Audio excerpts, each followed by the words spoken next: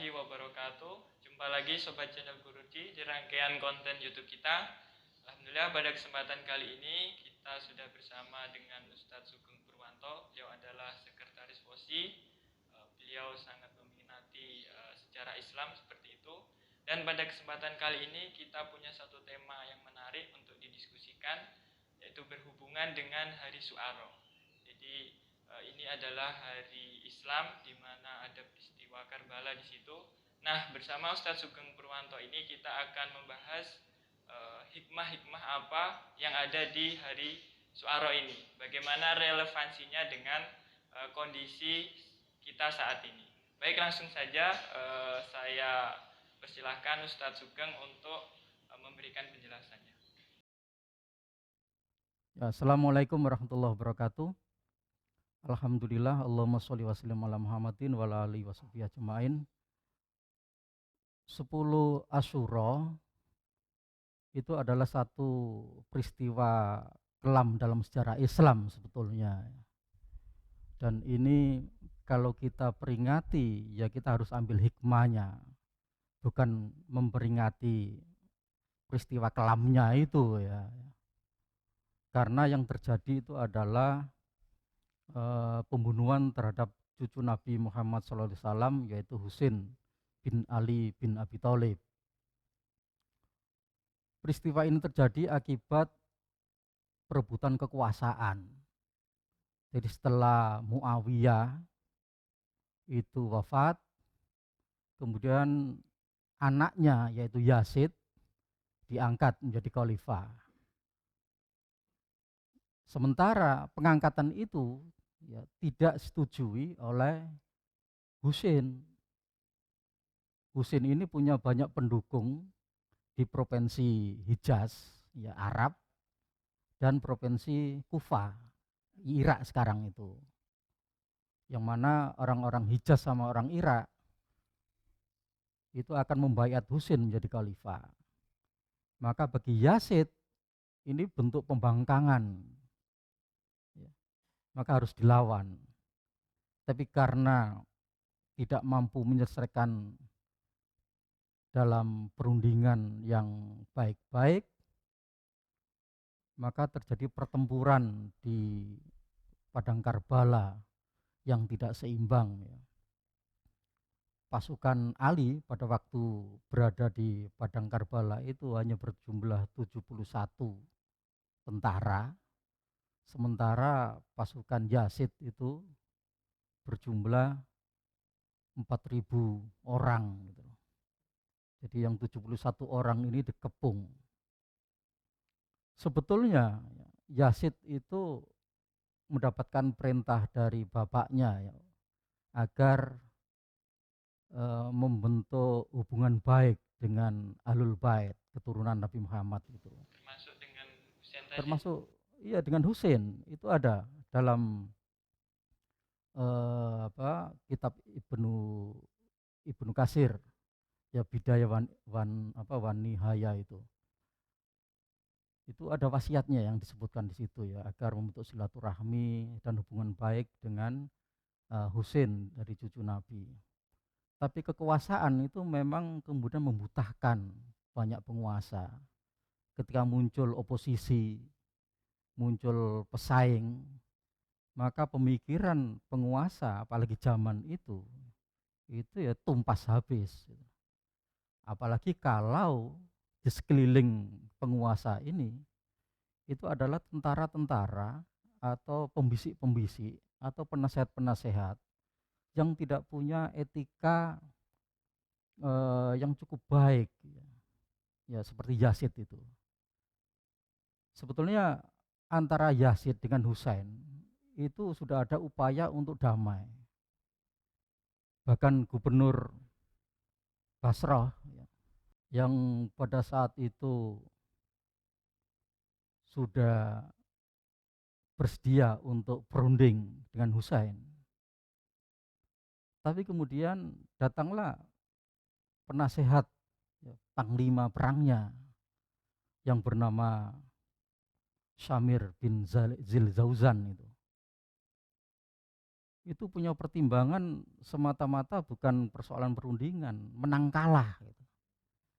Sebab ya kalau Husin itu dibiarkan pulang dalam perundingan itu kemudian dibiarkan pulang, walaupun dia mengakui kekhalifahan Yazid, tapi pulangnya Husin itu menunjukkan kelemahan pemerintahan Yazid terhadap musuh. Nah, ini ada penasihat militer yang ngomong gitu ini, si Samir ini. Akibatnya Gubernur Basrah ini, ya Ubaidillah bin Zayyad bin Abi Thalib ya. Jadi Gubernur Basrah ini juga masih kerabatnya Yazid, masih sepupunya karena sama-sama dari kakek Abi Sofyan. Itu terpengaruh gitu. Oke lah kalau gitu nggak ada perundingan. Husin dibawa ke Damaskus dan kita selesaikan di sana. Nah persoalannya itu sebetulnya ya, bahwa Husin sebetulnya sudah mau berdamai, berunding, ya.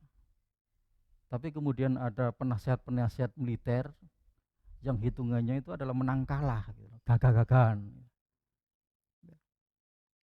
Nah, tentu saja Husin menolak untuk ditangkap dan dibawa ke Damaskus karena itu merupakan tindakan yang tidak terhormat gitu loh bagi dia, ya bagi orang yang terhormat yang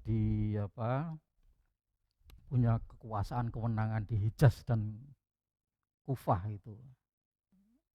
Akibat penolakan Husin, ya maka tentara Zilzauzan tadi itu tentara Samir itu kemudian mengepung pasukan Husin yang 71 orang itu. Ya, karena sudah diumumkan perang, terjadilah perang. Ya, dan tentara Yazid itu bahkan tega membunuh. Itu kan diceritakan itu ada salah satu prajurit yang bernama Sinan bin Anas menghunuskan tombaknya kemudian ke Husin, dan setelah Husin meninggal kemudian kepalanya dipotong. Itu bayangkan itu ya, memotong kepala cucu Nabi itu. Berarti orang yang melakukan itu menandakan tidak punya penghormatan sama sekali terhadap Ahlul Bait. Ya. Dan itu sudah dipesankan oleh Muawiyah sendiri ya, yang dahulu itu menyesal juga kenapa dia melakukan pemberontakan terhadap Ali bin Abi Thalib. Ya tapi itulah kekuasaan. Jadi kekuasaan itu selalu membutakan orang. Jadi kalau sekarang itu ada penguasa yang menghadapi oposisi dengan main tangkap, ya, sementara dia sendiri juga membayar banyak orang-orang untuk membuat provokasi, ya, itu ya dimanapun kekuasaan itu selalu melenakan banyak orang. Ya, orang ketika sudah berkuasa itu memang cenderung untuk melanggengkan kekuasaannya dengan cara apapun. Maka kita harus berhati-hati ya, bahwa kekuasaan itu korup itu memang dalam sejarah selalu terbukti. Dan banyak sejarah yang lain juga begitu. Kalau di Indonesia ini ya di zaman Soekarno, Orde Lama, itu ya siapa yang memusuhi Soekarno dianggap sebagai anti revolusi, gitu, ditangkap gitu. Ya, berapa banyak itu musuh Soekarno dari Masumi yang kemudian dipenjarakan, dari partai-partai lain itu yang dipenjarakan ya seperti Hatta, bahkan Tan Malaka itu juga teman baik itu akhirnya juga dieksekusi mati itu ya. Kalau Hamka itu dipenjara tanpa pengadilan. Zaman Orde Baru itu rezimnya juga main tangkap terhadap orang yang berseberangan dengan penguasa dan dicap sebagai anti Pancasila, ya merongrong kewibawaan pemerintah, ya, dan tuduhan yang lain. Nah sekarang itu juga sama, gitu. Orang yang tidak sesuai dengan pemerintah maka dicap sebagai anti Pancasila, pendukung khilafah, kemudian intoleran, gitu. Ya, jadi tuduhan-tuduhan itu adalah upaya untuk memberangus kaum oposisi. Ya, kita berharap perbedaan pendapat dalam politik ini itu tidak sampai terjadi konflik sebagaimana sejarah kelam 10 Asyura itu ya. Ya, karena itu sangat disayangkan gitu. Memang revolusi itu memakan korban bangsa sendiri, itu benar gitu. Ya, makanya kalau kita melihat teorinya Said Hawa ya, itu kan dia punya teori revolusi bahwa revolusi itu harus atau mengalami 2 tahap. Tahap pertama itu adalah menyingkirkan penguasa zalim. Kalau penguasa zalim sudah disingkirkan, kekuasaan sudah bisa diraih. Ya, tahap berikutnya itu adalah menyingkirkan orang-orang munafik, pengkhianat. Ya, itu bagaimana disingkirkan. Di Indonesia ini sudah pernah terjadi reformasi yang dipimpin oleh Amin Rais itu.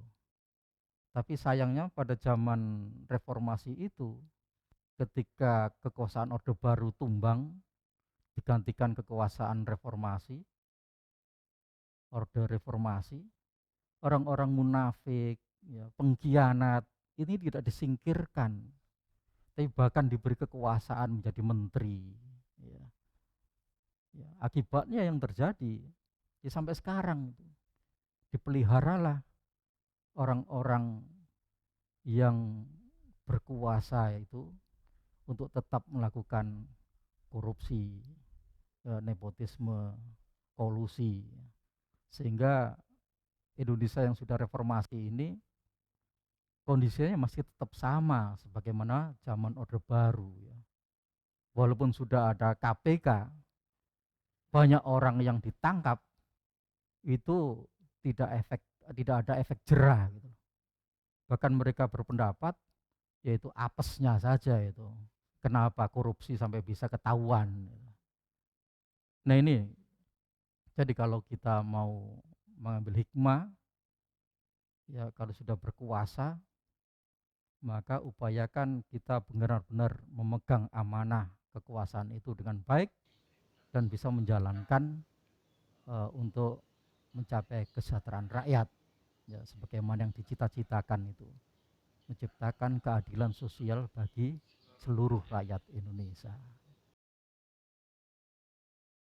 Baik, Sobat Channel Guruji, itu tadi penjelasan dari Ustadz Sugeng Purwanto tentang bagaimana hari hari Asyura itu dengan relevansinya dengan keadaan kondisi kita pada saat ini. Kiranya ini tadi adalah diskusi kita yang sangat menarik. Jangan lupa untuk terus saksikan channel kita, channel Guruji. Akhir kata, wabillahi taufiq wal hidayah. Wassalamualaikum warahmatullahi wabarakatuh.